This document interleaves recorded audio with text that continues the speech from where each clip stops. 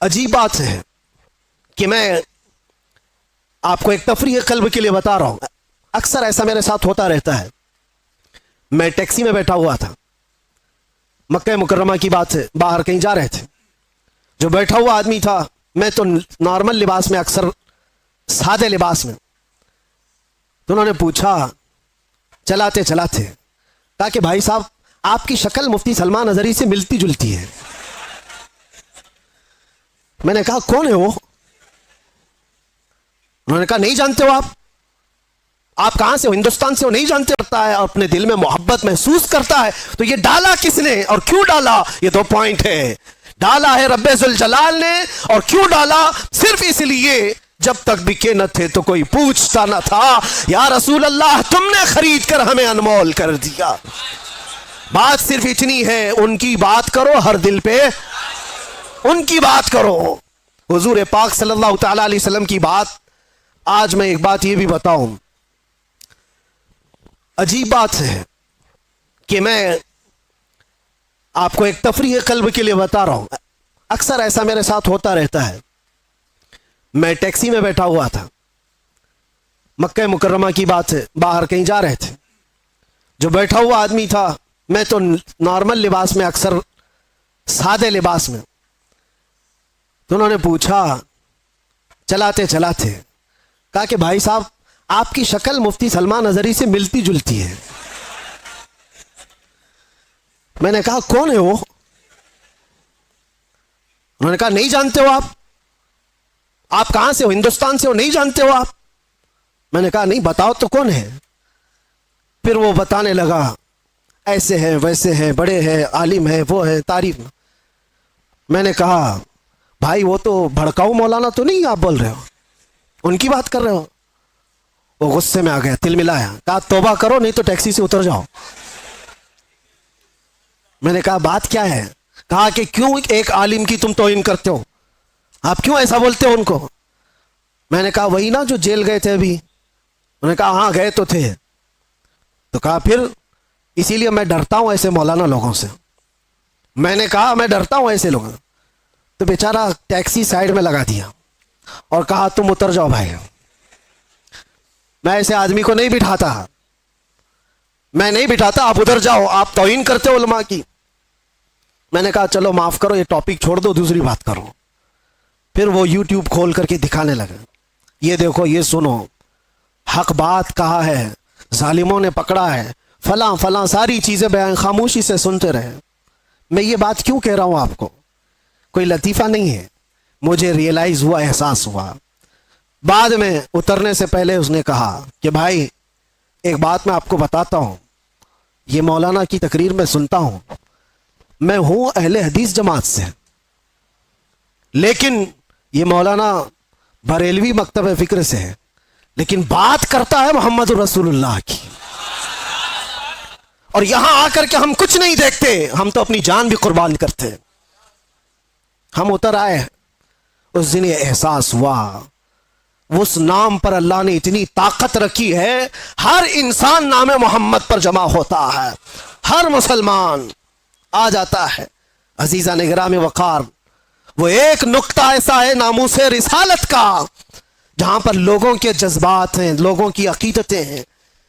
مجھے آج اس ٹاپک پر بات نہیں کرنا ہے کہ کون کس مکتبہ فکر سے اور کیا تھا, لیکن ہم نے یہ محسوس کیا ہے دنیا کے چپے چپے اور کونے کونے سے اگر لوگوں کے دلوں میں ہمارے لیے کوئی جذبہ موجود ہے تو وہ ہماری زبان کا کمال نہیں, یہ نسبت مصطفیٰ کا کمال ہے, رسول کریم صلی اللہ تعالی علیہ وسلم کے قدموں کا کمال ہے. اسی لیے عمر ابن خطاب رضی اللہ تعالیٰ عنہ نے سچ کہا تھا. جانتے ہو جب بیت المقدس فتح ہو گیا تھا, حضرت عمر فاروق رضی اللہ تعالیٰ عنہ بیت المقدس جا رہے تھے. وہاں لوگ انہیں پہچانتے بھی نہیں تھے. ابو عبیدہ بن جراح ایک صحابی وہاں پہلے سے موجود تھے. وہاں کے عیسائیوں, یہودیوں سب کو بتایا تھا کہ امیر المومنین آ رہے ہیں مدینے سے, امیر المومنین آ رہے ہیں مدینے سے. سب لوگ دیکھنے کے لیے باہر کھڑے ہو گئے تھے, لیکن امیر المومنین کس شان سے آ رہے ہیں؟ وہ اپنے ایک غلام کو لے کر اپنے گھوڑے کے ساتھ جا رہے ہیں. کیا کمال کی عدالت ہے عمر فاروق کی, اپنے غلام سے مدینے سے ہی طے کر کے چل رہے ہیں.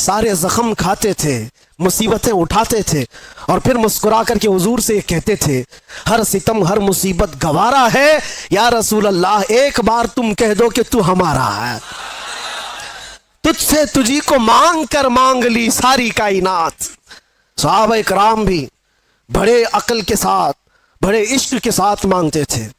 حضور پاک صلی اللہ تعالیٰ علیہ وسلم جب کسی صحابی سے کہتے کچھ چاہیے، کچھ مانگنا ہے، تو ان کا سلیقہ بھی تو دیکھو میرے عزیزوں۔ تمہیں اگر آپشن دے دیا جائے تو جلدی سے کیا مانگو؟ ہر ایک کے اپنے مسئلے ہیں، ہر ایک کے مسئلے، جو جس مسئلے میں الجھا ہوا ہے وہی مانگ لے گا۔ ارے نوکری نہیں لگتی، 2 سال سے بھٹک رہا ہوں، نوکری مل جائے۔ کسی کو چھوکری نہیں ملتی، وہ مانگ رہا ہے، یا جو چاہیے وہ نہیں ملتی، وہ مانگ رہا ہے۔ اسی میں ساری دنیا تمہاری، سارے عقل اسی کے اندر، دنیا مانگنے کے لیے، اور 4 دن کی عیاشی ہے، اس کے بعد پھر پرانی ہو جاتی ہے۔ جس چیز کی بیس دنیاوی محبت پر ہوتی ہے، یاد رکھنا وہ بہت جلدی پرانی ہوتی، اس سے محبت بھی قائم نہیں رہ پاتی۔ اور جس چیز کی ابتدا اللہ کی رضا پر ہوتی ہے وہ دنیا میں بھی سلامت رہتی ہے، آخرت میں بھی سلامت رہتی، وہ اللہ محفوظ رکھتا ہے۔ اور صحابہ کیا مانگتے تھے؟ ایک صحابی رات کو حضور صلی اللہ علیہ وسلم کی بارگاہ میں تہجد کے وقت وضو کرا رہے ہیں، حضور نے خوش ہو کر کے پوچھا کہ کچھ مانگنا ہے تمہیں، کچھ چاہیے؟ آپ سوچو، مالک جنت جب یہ پوچھ رہا ہو کچھ چاہیے تمہیں، کچھ مانگنا ہے، صحابی رسول نے کیا کہا؟ یا رسول اللہ اتنا چاہتا ہوں کہ جنت میں آپ کا ہم نشین بن جاؤں، آپ چاہیے بس، آپ کا ساتھ آپ ہوں بس میرے لیے۔ حضور نے فرمایا وضو کرتے ہوئے، اب غیر ذالک، اس کے علاوہ بھی کچھ اور چاہیے؟ یہ کون کہتا ہے جو پہلا دے چکا ہو تبھی دوسرا پوچھتا ہے؟ مرشد گرامی حضور تاج الشریعہ رحمت اللہ علیہ نے اسی لیے فرمایا نبی مختار کل ہیں، جسے جو چاہیں بھری جنت ہبا کر دیں، نبی مختار کل ہیں جسے جو چاہیں عطا کر۔ ارے وہ رسول پاک صلی اللہ تعالیٰ علیہ وسلم کی بارگاہ میں سچ کہا ہے میرے مرشد نے، وہ دم میں جو چاہیں جسے چاہے فرما روا کر دیں۔ حضور پاک صلی اللہ تعالیٰ علیہ وسلم کی بارگاہ کے متعلق یہ کہا، سنو، حضور نے دوسری بار کہا کچھ اور چاہیے؟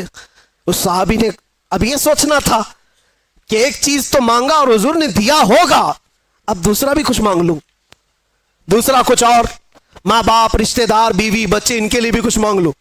نہیں، وہ صحابی ہیں، انہوں نے کہا یا رسول اللہ دوسری بار آپ آپشن دے رہے، پھر میں یہ چاہتا ہوں کہ جنت میں آپ کا ساتھ چاہیے۔ حضور نے فرمایا اب غیر ذالک، اس کے علاوہ اور بھی کچھ چاہیے؟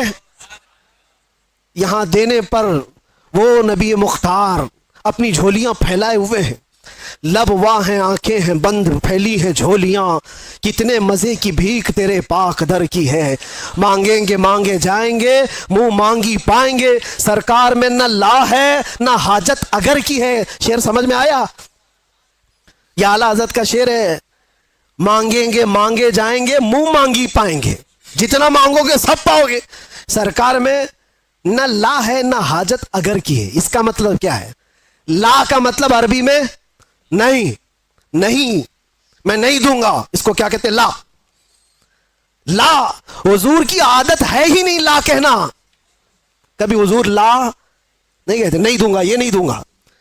اور اگر، اعلیٰ حضرت بھی کیسے عشق رکھتے تھے، یہاں حضور کی بارگاہ میں لا تو نہیں کہا جاتا اور یہ بھی نہیں کہا جاتا اگر تو کہے گا یہ تو دوں گا، اگر تو ایسا بنے گا تو دوں گا۔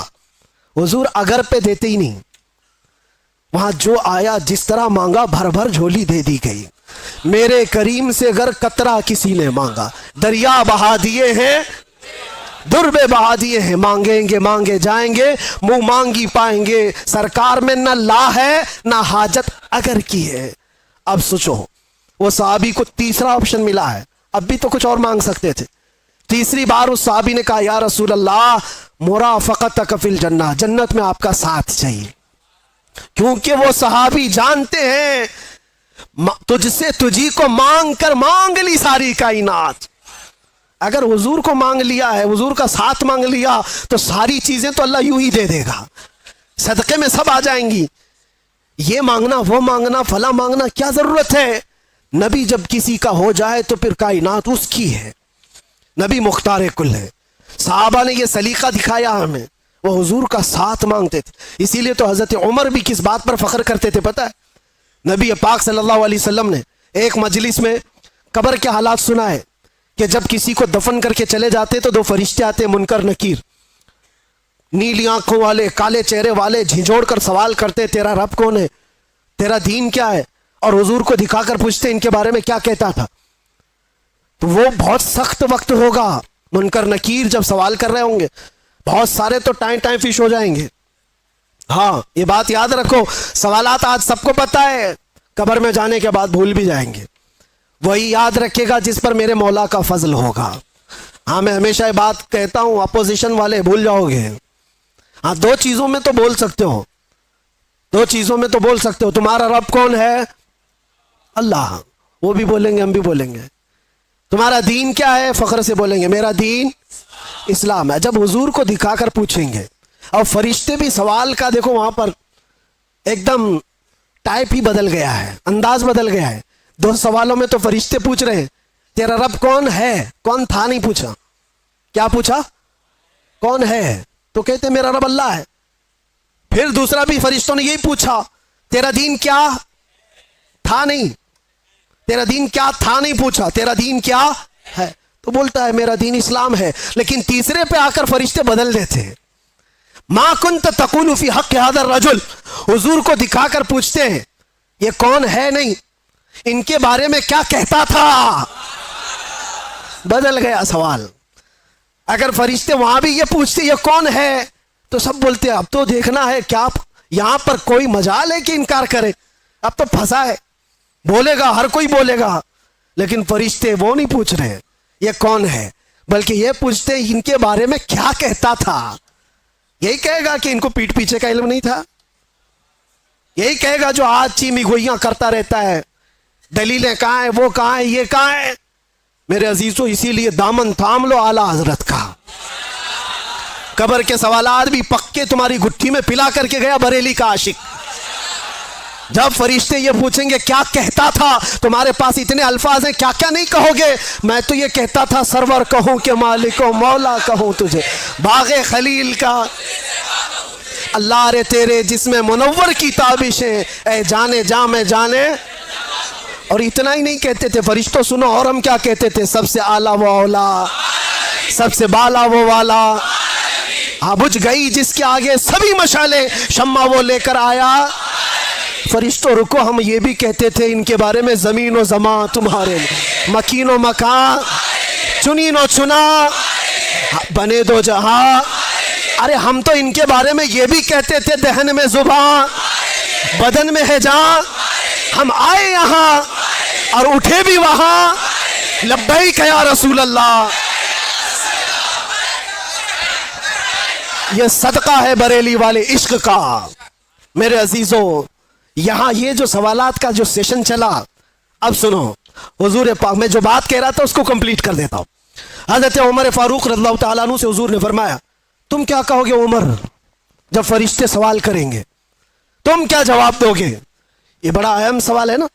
حضرت عمر کہتے ہیں یہ تو بڑا سخت مسئلہ ہوگا 3 سوالوں کا جواب دینا، لیکن وہ پوچھتے ہیں یا رسول اللہ پہلے آپ مجھے یہ بتائیں کہ آج جو میں آپ سے محبت کرتا ہوں میرے مرنے کے بعد قبر میں بھی یہ محبت سلامت رہے گی؟